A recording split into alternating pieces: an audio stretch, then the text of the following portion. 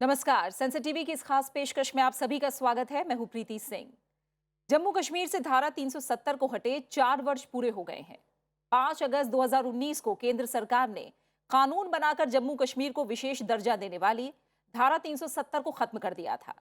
बीते 4 वर्षों में केंद्र शासित प्रदेश जम्मू कश्मीर और लद्दाख में कौन कौन से प्रशासनिक और कानूनी सुधार हुए हैं, आतंकी घटनाओं में कमी के साथ ही इंफ्रास्ट्रक्चर और इंडस्ट्रियल डेवलपमेंट के लिए क्या कुछ हुआ है, कनेक्टिविटी और टूरिज्म को बढ़ावा देने के साथ ही शिक्षा, रोजगार, कृषि और किसानों के कल्याण के लिए कौन कौन से बड़े कदम उठाए गए हैं, इस विशेष कार्यक्रम में हम करेंगे इसी पर चर्चा।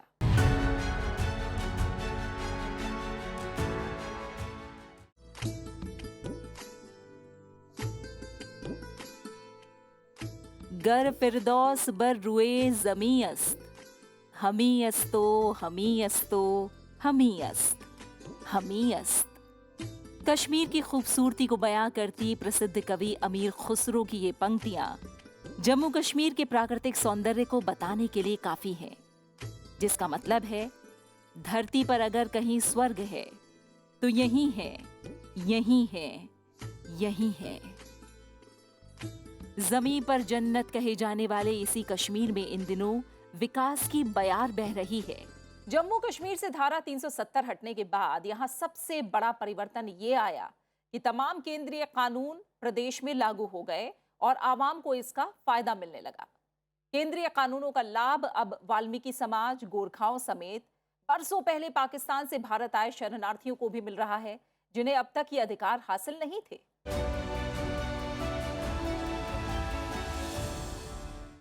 केंद्र शासित प्रदेश जम्मू कश्मीर में धारा 370 के निरसन के बाद 890 केंद्रीय कानून लागू हुए, 205 राज्य कानूनों को रद्द किया गया और 130 कानूनों में परिवर्तन किया गया। जम्मू कश्मीर में अब child marriage act, right to education और भूमि सुधार जैसे कानून प्रभावी हुए। वेस्ट पाकिस्तान के रिफ्यूजियों की दुर्दशा जो है वो देखी नहीं जाती।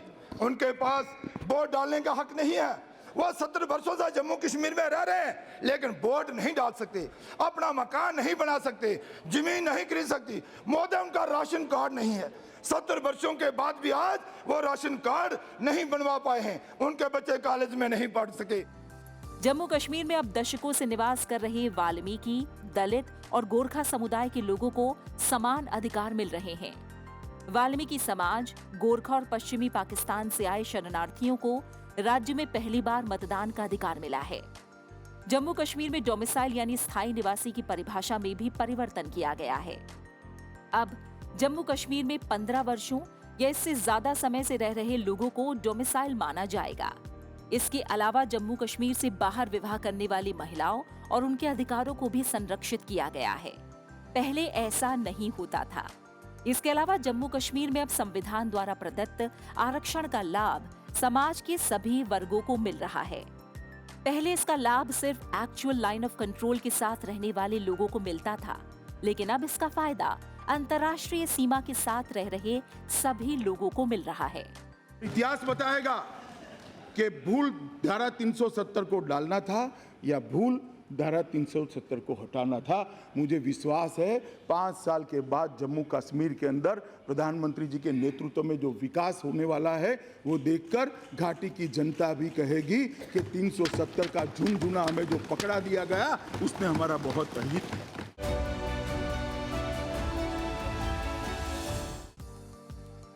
अक्टूबर 2020 में केंद्र सरकार ने जम्मू कश्मीर पंचायती राज एक्ट में संशोधन किया। इसके तहत डिस्ट्रिक्ट डेवलपमेंट काउंसिल का प्रावधान किया गया। इसके बाद डिस्ट्रिक्ट डेवलपमेंट काउंसिल के लिए हुए चुनाव में 51.7% मतदाताओं ने वोट डाले। लोकतंत्र के इस पर्व में जम्मू के 68.4% और कश्मीर घाटी के 34.8% मतदाताओं ने अपने मताधिकार का इस्तेमाल किया, जो जमहूरियत के प्रति जम्मू कश्मीर की आवाम की समर्थन को दर्शाता है। जम्मू कश्मीर में अक्टूबर 2019 में पहली बार ब्लॉक डेवलपमेंट काउंसिल के लिए चुनाव हुए, जिसमें 98.3% मतदाताओं ने भागीदारी की। जम्मू कश्मीर में ब्लॉक पंचायत का गठन लोकतांत्रिक प्रक्रिया की दिशा में एक बड़ा कदम है। पंचायत की व्यवस्था बहुत सफल ढंग से वहाँ चली है और इन कुछ वर्षों में, जिसमें से कोरोना के काल का एक कठिन दौर भी हमने देखा, वहाँ के अनेक पंचायतों ने बहुत लैंडमार्क काम किए हैं, बहुत अच्छा प्रदर्शन किया है और उनको राष्ट्रीय स्तर पर और प्रदेश स्तर पर पुरस्कार भी अपने प्रदर्शन के लिए मिले हैं। तो लोकतांत्रिक व्यवस्था वहाँ है और सौभाग्य से इस समय में वहाँ पर ग्राउंड रूट लेवल पर जो लोकतंत्र पहुँचना था वो पहुँचा है। पिछले एक दशक में तो था ही नहीं है। वो चुनाव हुए, लोगों ने अपने काम करना शुरू किया है और हम जानते हैं कि पिछले 70 साल में केवल 3 बार चुनाव हुए थे और वो भी बहुत प्रभावी नहीं थे। तो अब उनका प्रभाव बढ़ा है। सुकून देने वाली बात ये भी है कि बीते वर्षों में पंचायती राज संस्थाओं के माध्यम से शुरू हुए 98,621 कार्यों में से 84,750 कार्यों को पूरा कर लिया गया है। इन विकास कार्यों पर अब तक 13,339 करोड़ से ज्यादा की धनराशि खर्च हो चुकी है। वहाँ हमने असेंबली का प्रोविजन किया है। जम्मू और कश्मीर यूटी विथ असेंबली है। वहाँ विधायक भी होंगे, मुख्यमंत्री भी होंगे, जनप्रतिनिधि भी होंगे और उसका मंत्रिमंडल भी होगा जो जम्मू और कश्मीर का शासन है। ग्रास रूट लेवल पर जनता की समस्याओं को सुलझाने के लिए राजपत्रित कर्मचारियों को अपने ब्लॉक और पंचायत में 2 दिन और 1 रात बिताना अनिवार्य किया गया है। यही नहीं, पंचायती राज संस्थाओं के जरिए मनरेगा, प्रधानमंत्री आवास योजना ग्रामीण, स्वच्छ भारत मिशन ग्रामीण जैसी केंद्रीय योजना का लाभ प्रदेश की जनता को मिल रहा है। अब अगर हम कुछ महत्वपूर्ण आंकड़ों पर नजर डालें तो केंद्र सरकार ने वर्ष 2021-22 में जम्मू कश्मीर के लिए 34,704.46 करोड़ रुपए की सहायता अनुदान राशि आवंटित की। 2022-23 में अनुदान राशि को बढ़ाकर 35,581 करोड़ रुपए से ज्यादा कर दिया गया। 2023-24 के लिए भी केंद्र सरकार ने जम्मू कश्मीर को 35,581 करोड़ रुपए से अधिक की अनुदान राशि जारी की है।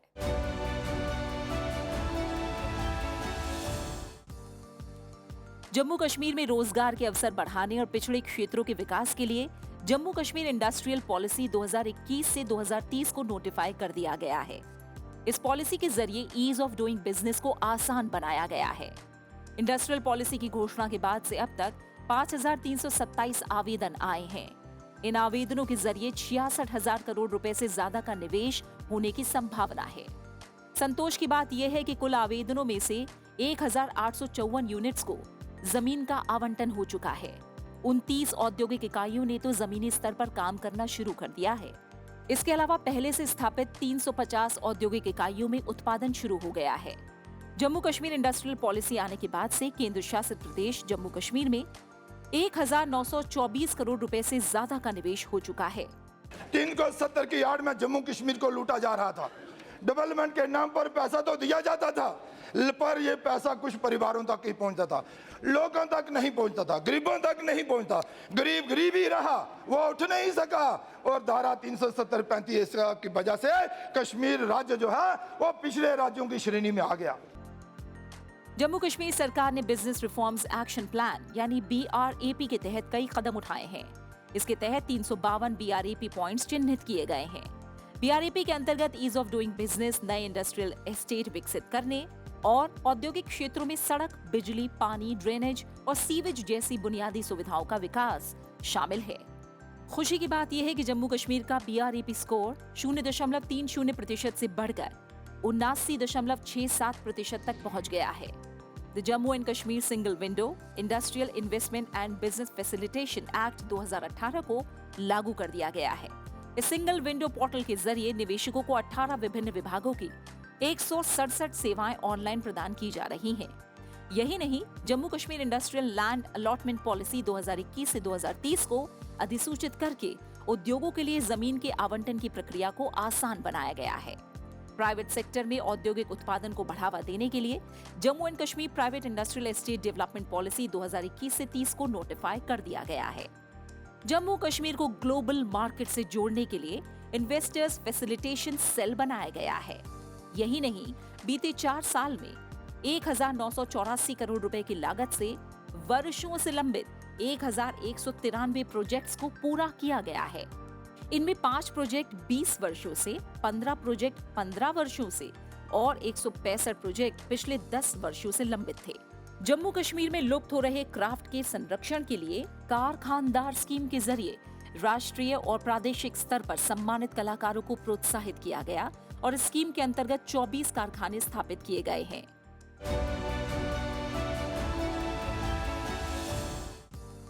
दो 2015 में जम्मू कश्मीर के सामाजिक आर्थिक ढांचे को मजबूत करने के लिए प्रधानमंत्री नरेंद्र मोदी ने डेवलपमेंट पैकेज के तहत जम्मू कश्मीर को 80,000 करोड़ रुपए प्रदान किए थे।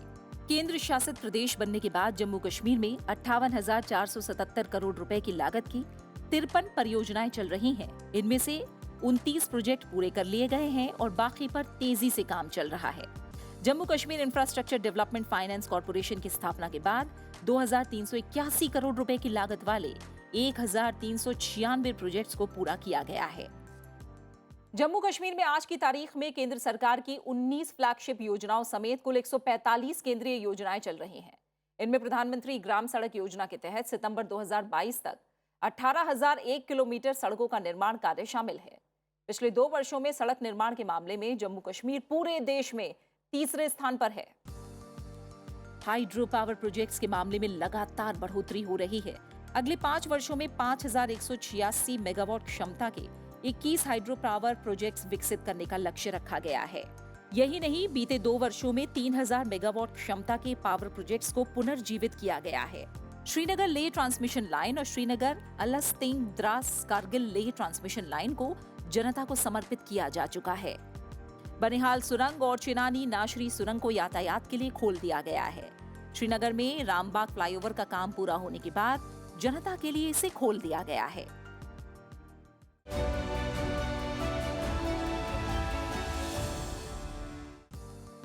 झेलम फ्लड मिटिगेशन प्रोजेक्ट के तहत झेलम नदी की क्षमता को 31,000 क्यूसेक से बढ़ाकर 41,000 क्यूसेक किया गया। बीते 4 वर्षों में जम्मू कश्मीर की 3 प्रमुख सिंचाई परियोजनाओं को भी पूरा किया गया। इनमें मुख्य रावी नहर 62 करोड़ रुपए, त्राल उठाव सिंचाई परियोजना 45 करोड़ रुपए और झेलम और उसकी सहायक नदियों की बाढ़ नियंत्रण योजना 399.29 करोड़ रुपए की लागत के साथ शामिल है। श्रीनगर में केंद्र सरकार के सहयोग और 273 करोड़ रुपए की लागत से डल झील का पुनरुद्धार किया गया। इसके तहत 25 वर्ग किलोमीटर की डल झील और 300 किलोमीटर लंबे कैचमेंट एरिया की सफाई के साथ ही इसे विकसित किया गया। जम्मू कश्मीर में कनेक्टिविटी और पर्यटन को बढ़ावा देने के लिए बीते 4 वर्षों में अभूतपूर्व कार्य हुआ है। कश्मीर घाटी को रेल नेटवर्क से जोड़ने के लिए उधमपुर कटरा सेक्शन, बनिहाल कांजीगुंड सेक्शन और कांजीगुंड बारामूला सेक्शन को तैयार किया गया है।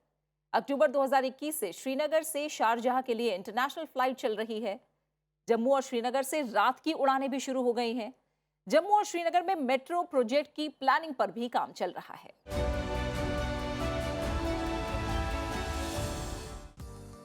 कनेक्टिविटी बढ़ने से जम्मू कश्मीर आने वाले सैलानियों की संख्या में भी इजाफा हुआ है। 2022 में रिकॉर्ड 1,88,00,000 सैलानी जम्मू कश्मीर घूमने पहुंचे। अपनी समृद्ध कला और शिल्प की वजह से श्रीनगर को यूनेस्को क्रिएटिव सिटी नेटवर्क में शामिल किया गया है। मार्च 2020 में पहले खेलो इंडिया विंटर गेम्स और फरवरी मार्च 2021 में दूसरे खेलो इंडिया विंटर गेम्स का आयोजन गुलमर्ग में किया गया। इस वर्ष तीसरे खेलो इंडिया विंटर गेम्स का आयोजन फरवरी 2023 में गुलमर्ग में हुआ। मान्यवर, वहाँ का पर्यावरण भी अच्छा रहेगा और खूबसूरती भी अच्छी रहेगी। मैं बताना चाहता हूँ कि जम्मू कश्मीर पृथ्वी का स्वर्ग था, है और रहने वाला।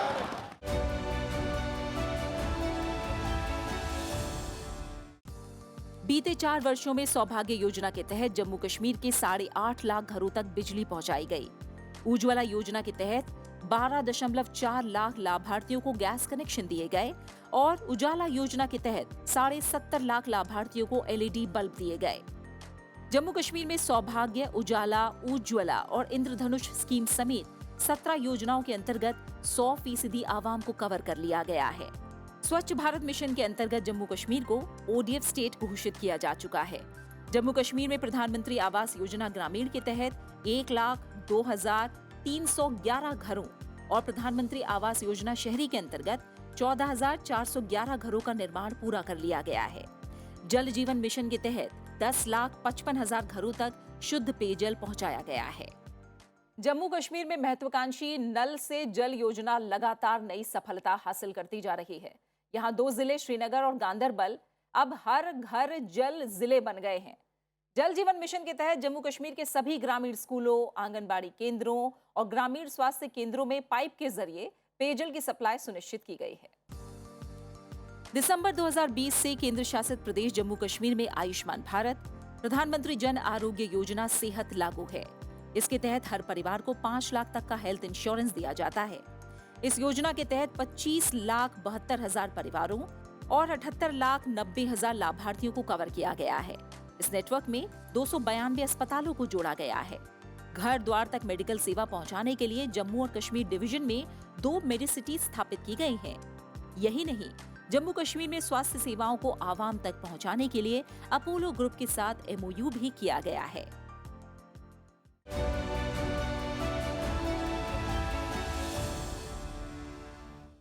जम्मू और कश्मीर में मेडिकल इंफ्रास्ट्रक्चर विकसित करने पर भी जोर दिया जा रहा है। जम्मू और कश्मीर डिवीजन में एक एम्स के निर्माण कार्य के साथ ही केंद्र शासित प्रदेश में 7 मेडिकल कॉलेज निर्माणाधीन हैं। जम्मू कश्मीर में 854 मेडिकल सीटें बढ़ाई गई हैं। इनमें MBBS की 600 और पोस्ट ग्रेजुएट कोर्सेज की 50 सीटें शामिल हैं। जम्मू कश्मीर में 2 राज्य स्तरीय कैंसर इंस्टीट्यूट और 15 नर्सिंग कॉलेज काम कर रहे हैं। IIT जम्मू और IIM जम्मू में पढ़ाई शुरू हो गई है। जम्मू कश्मीर में गवर्नमेंट डिग्री कॉलेज और इंजीनियरिंग कॉलेज की संख्या 96 से बढ़कर अब 147 हो गई है।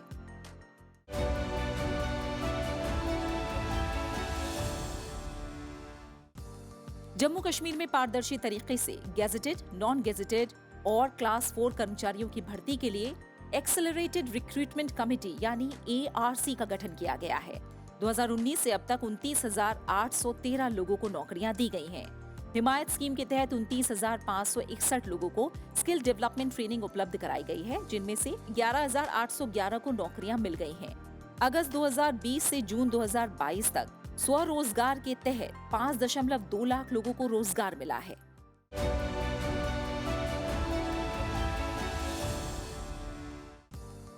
जम्मू कश्मीर में 2500 हेक्टेयर जमीन पर हाई डेंसिटी प्लांटेशन है।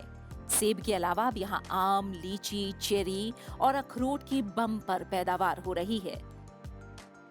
जम्मू कश्मीर में प्रधानमंत्री किसान सम्मान निधि योजना के तहत 12,43,000 किसान पंजीकृत हैं, जिन्हें 2,285 करोड़ रुपए की सहायता राशि वितरित कर दी गई है। इस योजना के अंतर्गत केंद्र शासित प्रदेश में जम्मू कश्मीर का परफॉर्मेंस सबसे अच्छा है। पुलवामा जिले के ओखू गांव को पेंसिल वाला गांव का खिताब मिल चुका है। देश में 90% पेंसिल बनाने में जिस लकड़ी का इस्तेमाल किया जाता है, वो ओखू में ही तैयार की जाती है। जम्मू कश्मीर सरकार ने केसर और बासमती चावल की देश और विदेश में मार्केटिंग के लिए GI टैगिंग हासिल कर ली है।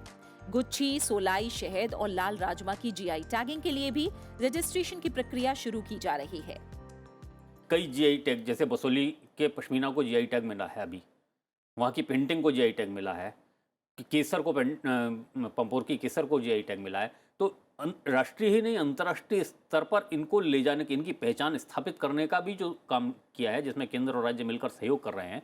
और इसके अलावा वहाँ की कारीगरी, वहाँ के हैंडीक्राफ्ट्स, वहाँ के कुटीर उद्योग, इन सबको अंतर्राष्ट्रीय स्तर पर पहचान दिलाने के प्रयास पिछले कुछ वर्षों में हुए हैं, वो आज सामने आते हुए दिख रहे हैं। जम्मू कश्मीर से अनुच्छेद 370 हटाए जाने के बाद 2 नए केंद्र शासित प्रदेश बनाए गए थे, जम्मू कश्मीर और लद्दाख।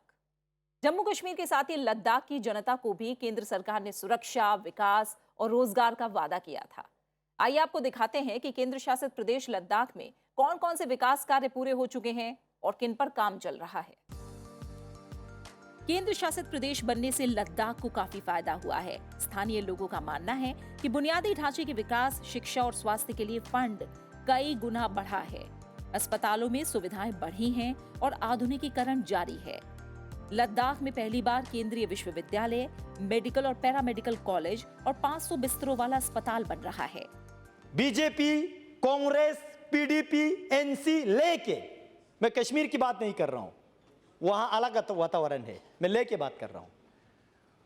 और साथ ही साथ हर रिलीजियस ऑर्गेनाइजेशन के, चाहे लद्दाख बुद्धिस्ट एसोसिएशन हो, अंजुमन इमामिया एसोसिएशन हो, या मोनुल इस्लाम हो, क्रिश्चियन एसोसिएशन हो, हिंदू महासभा हो, सब ने एक ही आवाज में कहा कि हमें यूटी चाहिए।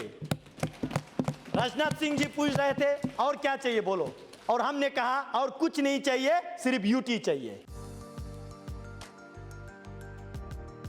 लद्दाख संसदीय क्षेत्र के अंतर्गत पड़ने वाले कारगिल में हिमालय और ट्रांस हिमालय अध्ययन केंद्र, जनजातीय अनुसंधान केंद्र स्थापित हो चुके हैं। जैव उर्वरक के वितरण के लिए लद्दाख क्षेत्र के 64 गांवों का चयन रासायनिक उर्वरक मुक्त गांवों के लिए किया गया है। केंद्रीय जल आयोग ने सिंधु और इसकी सहायक नदियों पर 144 मेगावाट क्षमता के 8 हाइड्रो पावर प्रोजेक्ट मंजूर किए हैं। लद्दाख और कश्मीर को जोड़ने वाली रणनीतिक 18 किलोमीटर लंबी जोजिला सुरंग पर भी तेजी से काम चल रहा है। ये 2024 तक तैयार हो जाएगी। अंतर जिला स्तर पर कारगिल और लेह के नेता लगातार बैठकें कर रहे हैं और नए रास्ते पर चल रहे हैं। स्थानीय जनता की मांग है कि लोकल लोगों को अधिकार देना बहुत जरूरी है, तभी लद्दाख का कायाकल्प होगा।